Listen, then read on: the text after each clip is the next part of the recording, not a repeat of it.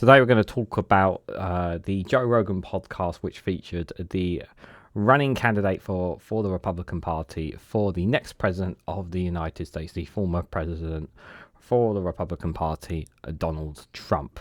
Just finished watching the podcast in full, and I'm going to share with you all my thoughts. Let's go.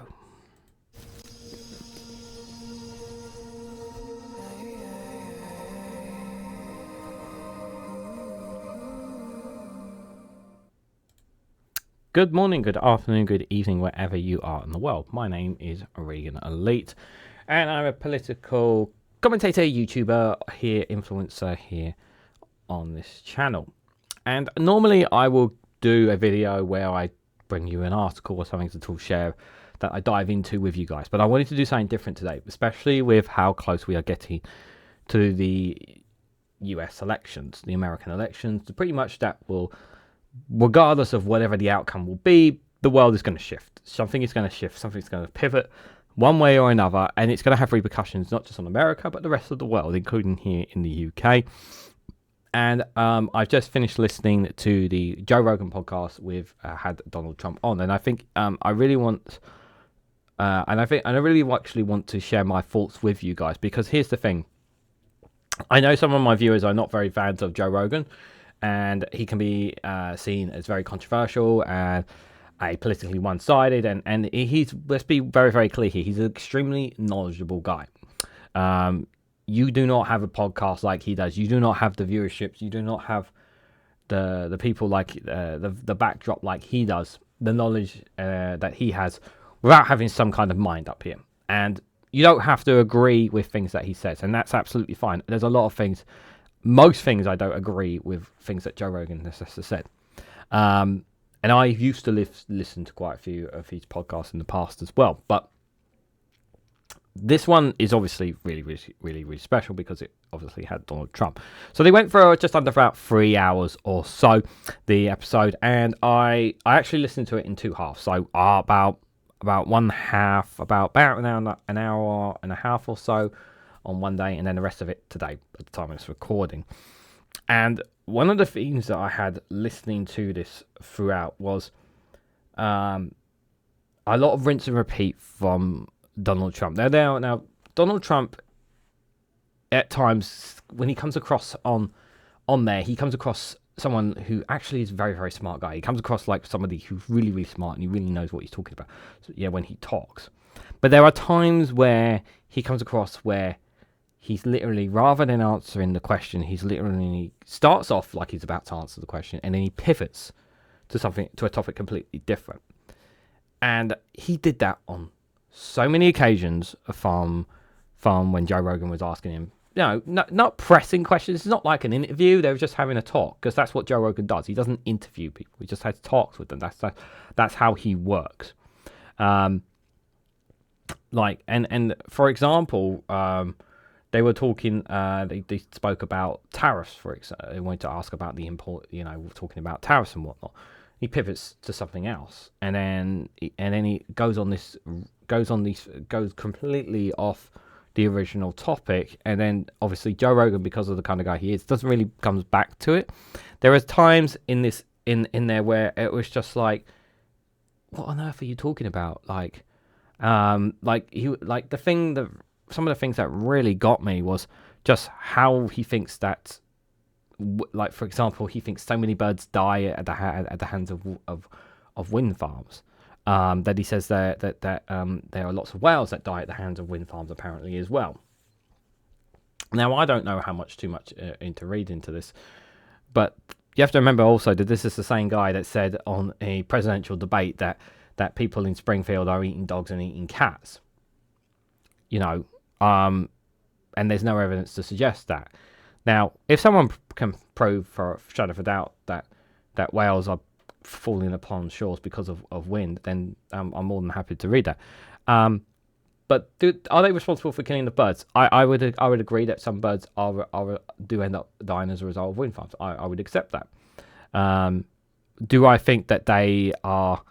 Do I think they are more of a risk than oil and gas because they produce emissions and make the planet hotter? Yeah, I do. he's totally in favour of more oil and more gas. But there was never any point about looking at the environment and wanting to, he clearly, to me, came across as a climate denier, even though they don't really talk about the climate, but they kept talking about wanting to pump more oil and gas, and talking about some of the things about nuclear energy and whatnot. There were also conversations about the election frauds.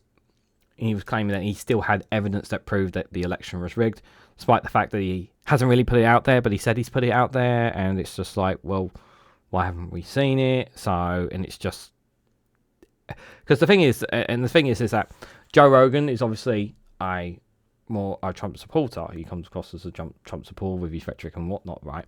So he asked the question, and on there, like one of the strongest questions is just like, okay, you were saying like the 2020 election was rigged, it was stolen from you. What evidence do you have that? Or I've already put it out there. I've put it in books and put it in whatnot. And I was just thinking to myself, well, if you've already put it out there, if it's already there, Joe Rogan would have acknowledged it. He wouldn't have asked that question, because Joe Rogan's a smart guy. He wouldn't ask that question if the information was already out there. So you tell me on that one. See, the thing, but so many times in that interview, he kept pivoting from what they were originally talking about, because he just kept going on and on, rambling. A lot of it was quite a lot of rambling, but he talks in such a way, Trump, as well. And if you just, I really do encourage people to, like, even if you're not a Trump supporter, I really encourage you guys to actually listen to it. Like, I sped up the speed to 1.5 so that I have to like give up 3 full hours of my time, so I can actually, I can listen to it at that speed. I can understand some people can't catch everything that's been said at 1.5, but I would recommend it. And I'm actually going to put a link for the interview in the description, the talk in the description as well. Like, there were obviously times where I think Joe Rogan was obviously trying to appease to Trump, and he was coming across as trying to have a bit of an appeasement, and he's done that before, and we know that people try to appease Trump, and that's exactly how it came across. And he said he would have Kamala Harris on there to talk to her, like to have conversations with her. And obviously Trump will say, like, Kamala wouldn't last 5 minutes. Kamala Harris is going to be the worst thing that ever happens in America's history. Like, he was saying, he made and he was saying that things, what happened in Afghanistan with Joe Biden would never have happened under him, and that I think is a great, and that's actually something that's one positive point that he made in that podcast, whether we agree or disagree. And you look back at what happened in Afghanistan, and he was saying that he would have made sure that those who went would be the last. Those who would go out last would be the US soldiers. They would be the last people that go out. Now, but one of the points that he was making was like how much equipment was being left behind by the United States. So much equipment, so much stuff was being left behind by the US. And I remember after a while, like after they had left, and we started seeing Taliban with lots of equipment, lots of weapons and procurement that was American made, that was American stuff, that was literally left there. They literally left it there. And according to Trump, he was told that they would have cost more. According to Trump, and people would have told him it would have cost more to bring it back than it would to leave it out there. I don't know how true that is. You can speculate as much as you want that to be. But I would say, obviously, if that is the case, that's obviously really, really bad.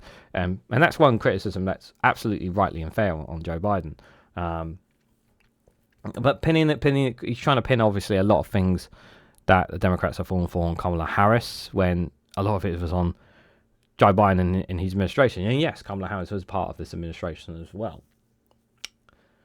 Looking back on it, I felt that this talk,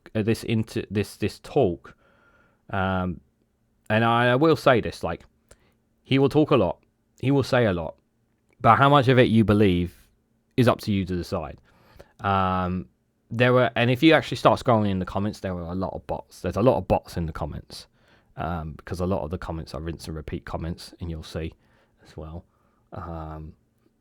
I would encourage people to check it out, because I do think it will tell you a lot about Donald Trump, about the kind of person he is. There were no real questions about like the cases against him. There was no mention of the January 6th riots. They didn't talk about that. They didn't talk about some of the things that he has said, like eating the dogs and eating cats in Springfield and the presidential debate with Harris. Never brought up that presidential debate with Harris. Brought up the debate with Joe Biden because he won that one.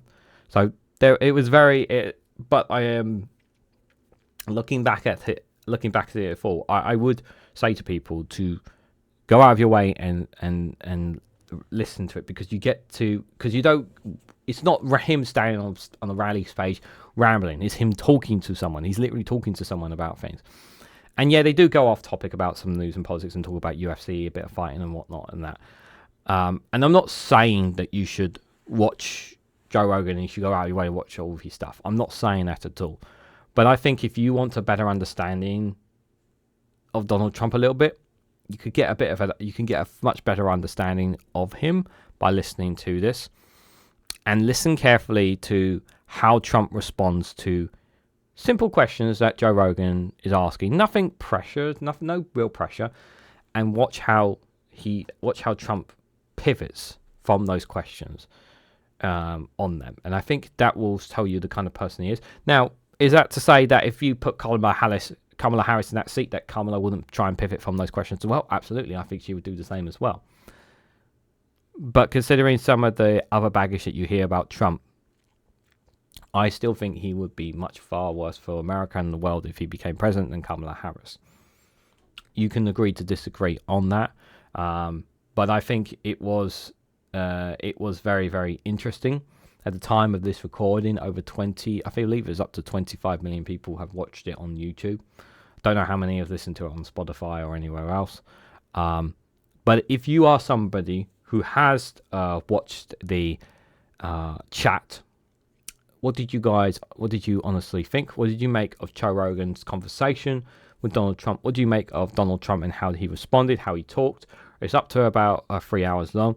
Let me know your thoughts about it and more down in the comments below, because I do think I would encourage people to check it out and make up your own minds on it. But my initial thoughts is that I thought Trump was deflective when it came to some of the simple questions that were put and basically pivoted from them. There were some things where he talked very seriously and being as open and honest as he appears himself to be. Not saying he is honest, but appearing himself to be as open and honest. But I generally think this man is not somebody that me, myself, or the world, I think, can generally trust. But Americans want to put their faith in him. But I honestly want to know what you guys think. So let me know what you thought of the interview down in the comments section below. Let me know your thoughts about it. What do you think of Joe Rogan on him and his podcast? What do you think of Donald Trump? And do you think Kamala Harris should sit down with Joe Rogan as well? I personally think she should. What do you guys honestly think? Let me know your thoughts and more down in the comment section below. If you found my thoughts and comments on it interesting, please hit the like button. Greatly appreciate. Share this across social media so others are notified of this video. If you haven't subscribed already, please consider subscribing, because it really does help support the channel. And if you want to go one step further and financially support me and the work that I do here, you can do so by becoming a YouTube member for as little as 99p. Or you can join me on Rumble or Patreon for exclusive content on those platforms. So thank you all so much for listening, and I hope to catch you all very, very soon.